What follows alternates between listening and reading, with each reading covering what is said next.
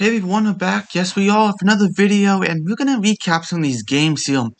Some of the games have been from last night, some of the games the night before. That I was gonna do it last night to finish up these games, but yeah, sometimes you just don't have time, and that's how it is, and you run out of time. But tomorrow we will have more reviews, and yeah, keep going this fantastic playoffs that we have. The first round, the second round, conference finals, Stanley Cup finals, all that stuff we'll talk about. But right now in the first round, about game 1 and 2, but the ones we're looking at today is game 1 of round 1, and but except one, which is game 2 is the Caps and the Bruins. So let's get into it right now. Some great games we have seen. So let's get right into it. Caps and Bruins, of course the Capitals won in OT 3-2 in OT in the first game. Now, of course, you see the final score is 4-3. Yes, 4-3 Bruins. How did they get there? Now, first starting off with Jake DeBrusk, his second of the playoffs. He has 2 goals. He leads the Bruins in goals in the playoffs. And he gets it from Nick Ritchie and Charlie Coyle. And this was a wrist shot. Well, hold on a sec. There we go. This was a wrist shot, through radio, and then you had, of course, Charlie Coyle, and then Charlie Coyle moving right up, faked the shot, ran around Anderson, and then you plotted right in, faked out Craig Anderson, could not do anything about that. 1-0 Bruins, and Craig Anderson was just faked out, wrap around DeBrusk on the doorstep, in front of the net. They score. Then you had TJ Oshie on the power play. And TJ Oshie had the power play of Ovechkin on the left point and all of that. And then you had Ovechkin holding it around, getting it around. And then you had Backstrom, Waits, Carlson, Ovechkin, Waits, and then the tip by Oshie in the slap from Ovechkin. Because you think of that one-timer, or that slap shot by Ovechkin, he's going to wire it. But this time, he kind of fakes that shot, wrist shot, tipped by Oshie, and it goes from glove to blocker, and that's a goal. And then you have also Bergeron. After that, it's 1-1, and then still in the first with 10:45 left here in that first period, and you had Pastrnak who found that Bergeron glove side, snaps it, and scores, which makes it 2-1. Like, wow. Okay, so the Bruins really trying to score. That first line in game 1 wasn't as much as we wanted it to be. But then it became 2-1 Boston, which that's what Boston wanted. That top line, Bergeron, Pastrnak. And, Bergeron and Pastrnak both got points on that one. Then we keep it at the first period, and this was an eventful first period, scoring here, getting at each other here. And this one's from Garrett Hathaway. He's first of the playoffs this year. And let's look, I'm just going to talk about what happened here. So they had a face-off, Ella wins it, and it was Orlov from the point, the shot, and it's in. And Hathaway with the tip. And it really looked like, oh, wait, how did that go in? It was just a little tip, 5-hole, kind of like that one from Oshie, from Nick Down, the tip in game 1. Kind of like the same thing, but it was Orlov from the tip from Garrett Hathaway, which is like, are you kidding me again? Well, it does happen. And then in the third period, it's 2-2, okay? Washington's tied with Bruins 2-2. But then we have Garrett Hathaway again, second of the game. And then you had, of course, Schultz in his own end, trying to get stuff started up here. And, you had Orlov on a 2-on-1. And then you had Hathaway back the other way, just the pass across, and scores glove side by Garrett Hathaway. And, everyone's trying to get back. Even DeBrusk as a forward, he has no chance. He's not a defenseman. And he scores, making it 3-2. But with 17:11 left in the third period, 2:58, kind of wondering, to the Caps have it, and then you had, a scramble inside the net, trying to find the puck. Where's the puck? And then you had Taylor Hall on the rebound. He scores, and he makes it. Yes, he makes it. 3-3. And that really, really does, oh man, Bruins tied up. This looks like OT again, just like game 1. Man, 39 seconds into OT. Brad Marchand goes from Grizzlet here, and David Krejci. Now the problem is, Brendan Dillon the giveaway in his own zone. Krejci picks it up. And then you had Grizzlick across. You had Dylan gives up in his own end. An easy giveaway by Dylan. Krejci just gets an easy one. Pass across from the right to the left, and then Krejci from the left to the right, cross seam, and finds out Marchand for a beautiful one-timer. And 39 seconds into OT. That is the quickest the OT has happened with Bruins history. 40 seconds was Bobby Orr. There you go. So Marchand made some Bruins history. Look at that. Let's go on to a game from yesterday, or the other day. Not from yesterday, 2 days ago, actually. Tampa and the Tampa Bay Lightning and the Florida Panthers. What a game this was. 5-4 Lightning. Starting off with Sam Bennett. They said goalie interference. There was no goalie interference. The puck was loose.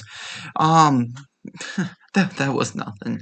I don't know why they called that back, but that should have been goal. It could have been 5-5 into the OT. Who knows?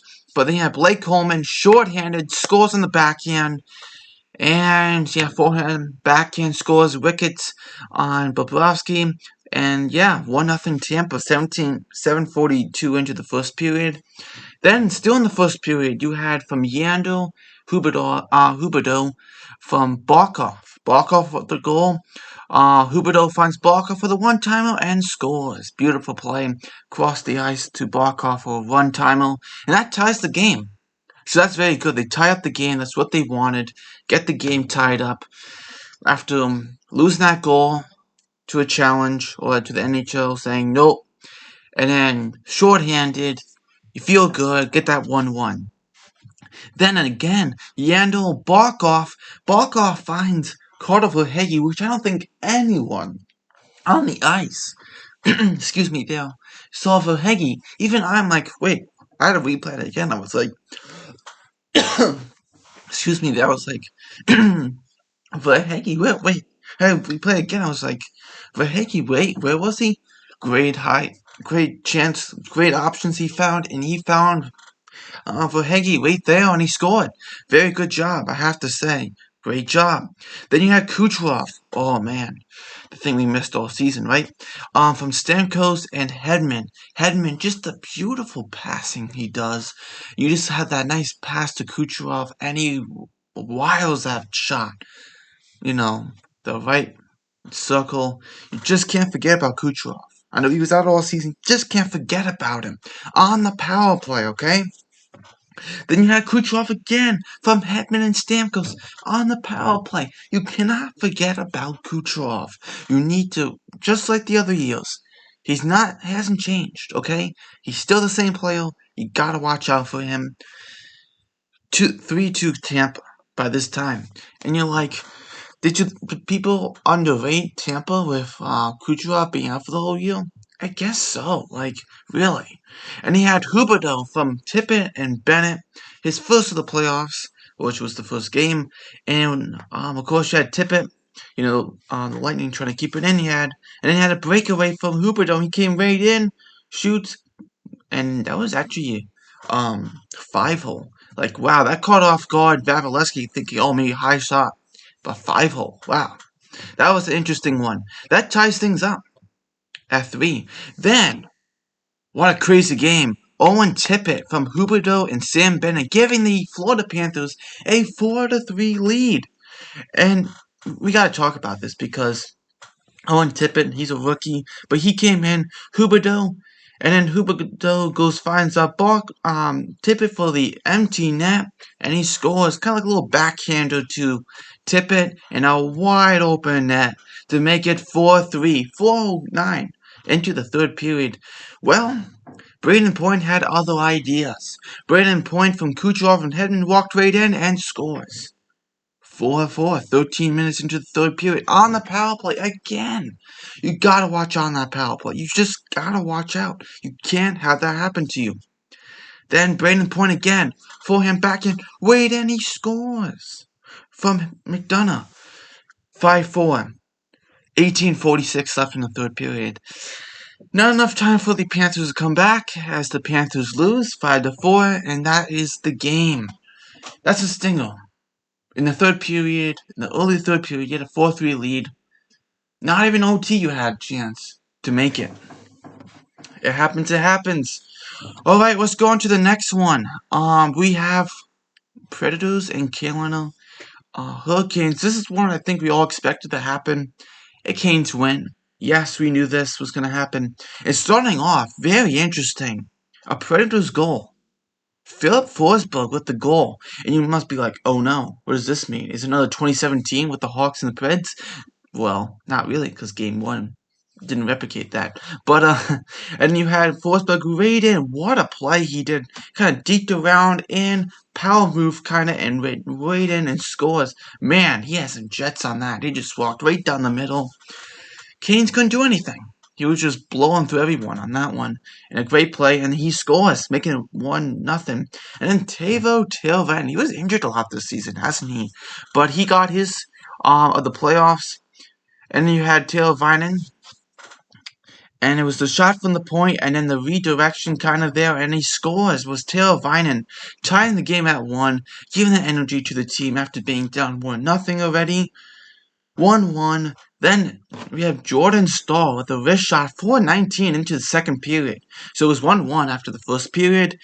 And then we had Jordan Staal from Brett Pesich. I like Brett Pesich. What a great defenseman he is. Pesich, Slavin, Dougie Hamilton, Brady Shea. You have such great defense. And then you just, Brett Pesich finds Jordan Staal right down the middle and just goes high blocker and scores.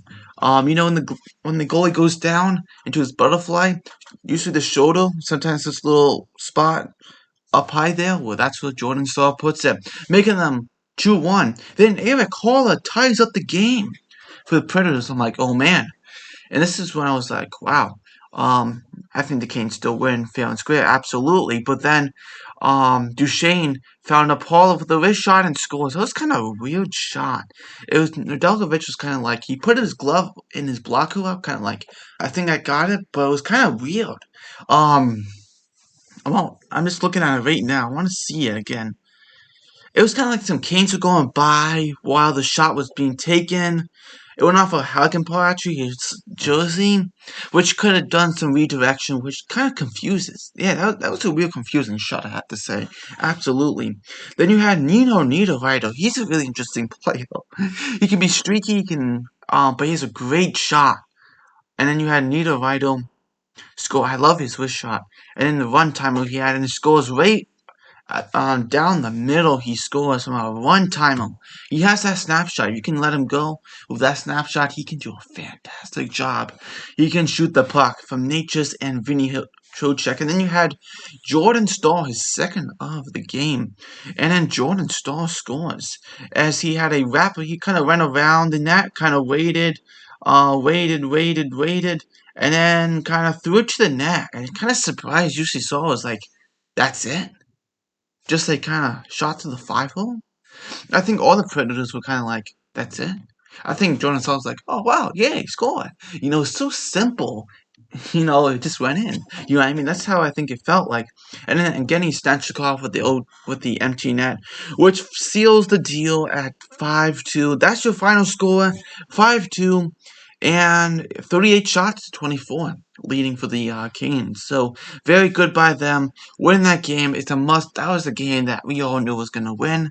And what a game. Good job. Now let's look at now the Avalanche and the Blues. What a game this was, I have to say. Blues MVP in that game was Jordan Binnington.